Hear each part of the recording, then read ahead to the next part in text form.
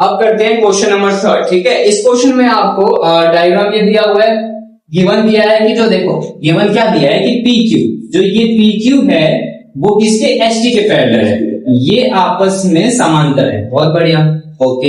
Angle P Q R 110 है, इसके बाद आर एस टी 130 है, दो एंगल्स भी दिए हुए हैं और फाइंड करना बोला है ये वाला एंगल। ठीक है ना, ये हमारा क्या है क्वेश्चन मार्क। ठीक है, ये चीजें हो गई।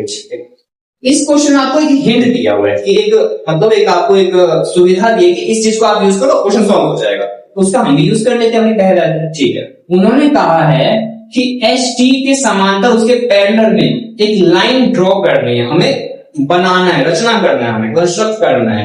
वो लाइन कहां से होगी, पॉइंट आर से होगी। ये बात में उन्होंने कह दिया है, तो हम यहाँ से एक लाइन जैसे करके आप ड्रॉ कर सकते हैं। ये हमने क्या करा है, खुद एक कंस्ट्रक्शन किया है। यहाँ पे कोई पॉइंट लेना पड़ेगा, लेट से ए ले लिया। ठीक है ना, अब देखो हमने क्या किया, एक कंस्ट्रक्शन किया है।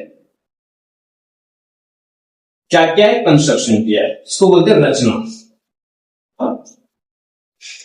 हिंट दिया था उसने हमें, क्वेश्चन ने हिंट दिया था कि रचना करो, एक कंस्ट्रक्शन करो। क्या कि एच टी पैरेलल है आर ए, ये रचना किया है। आया समझ में, यही कहा है उसने। क्वेश्चन ने कहा है कि एच टी के पैरेलल में एक लाइन बनाना है, आपको एक रेखा बनानी है जो पॉइंट आर से जाएगी। अब क्वेश्चन मैंने कहा रेखा बनाओ, कहां बनाऊंगा ये भी तो पता होना चाहिए ना कि कहां बनाए हम। उसने कह दिया कि पॉइंट आर से होनी चाहिए, तो आर से पॉइंट बना दिया मैंने। आ गया समझ में इतना? ठीक है, ये सॉल्यूशन हमारा शुरू हो चुका है, क्योंकि कंस्ट्रक्शन भी कभी कभी इंपॉर्टेंट हो जाता है। ठीक है, अब कैसे करेंगे, क्योंकि हमने हमारे पास क्या है अभी, एच टी किसके पैरेलल है, आर ए के। यहां तक ठीक है, ये पैरेलल है और ये गिवन है एक चीज और, हमें क्या गिवन है, पी क्यू पैरेलल है एच टी के।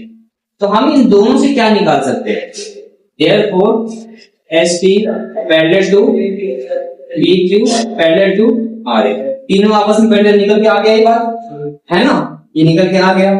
ठीक है, अब देखो जो आपका PQ है वो पैरेलल है RA के, आया ना, यहां से निकाल दिया मैंने इस चीज को।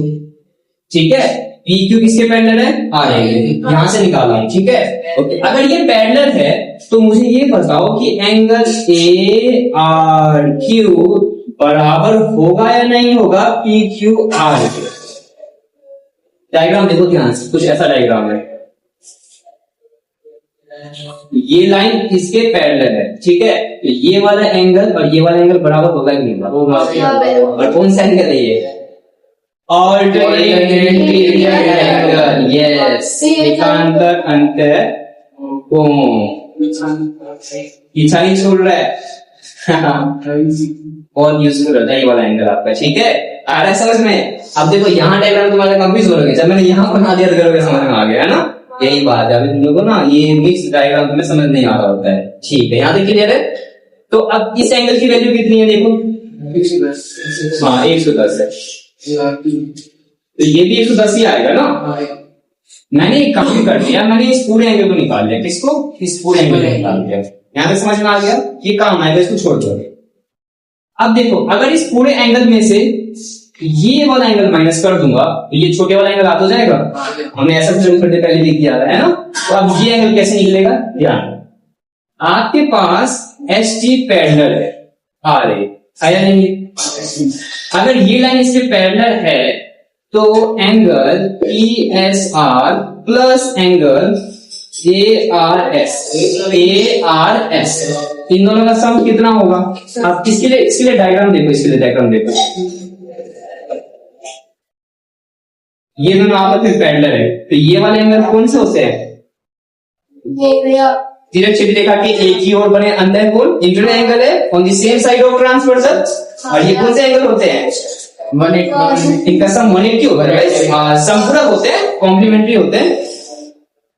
आ रहा है समझ में, यहाँ पे आएगा ये वाली बात, रेखा फोर्थ जो लाइन लिखवाया था ना आप लोगों को, जब इंट्रोडक्शन वाला करवाया था, इंट्रोडक्शन करवाया था 6.2 का, तिरक रेखा के एक ही आगे लिखना, ठीक है ना, और बने। ठीक है, अब देखो ये एंगल की वैल्यू है आपके पास क्या? 130 प्लस एंगल ए और एस बराबर 180। तो ये एंगल निकल जाएगा जिसकी हम बात कर रहे थे, ये वाला निकल जाएगा और ये निकल ही चुका है पूरा।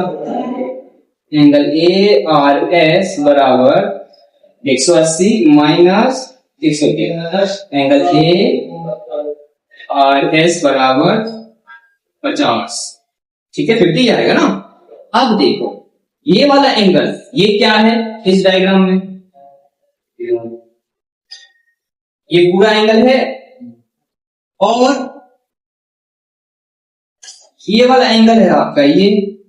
अगर आप पूरे एंगल में से इस वाले को माइनस कर दोगे तो ये तो बचेगा, ये वाला है ना। डायग्राम ध्यान देखो तो बस हो गया, सॉल्व करो। अब हमारा कंप्लीट हो गया क्वेश्चन।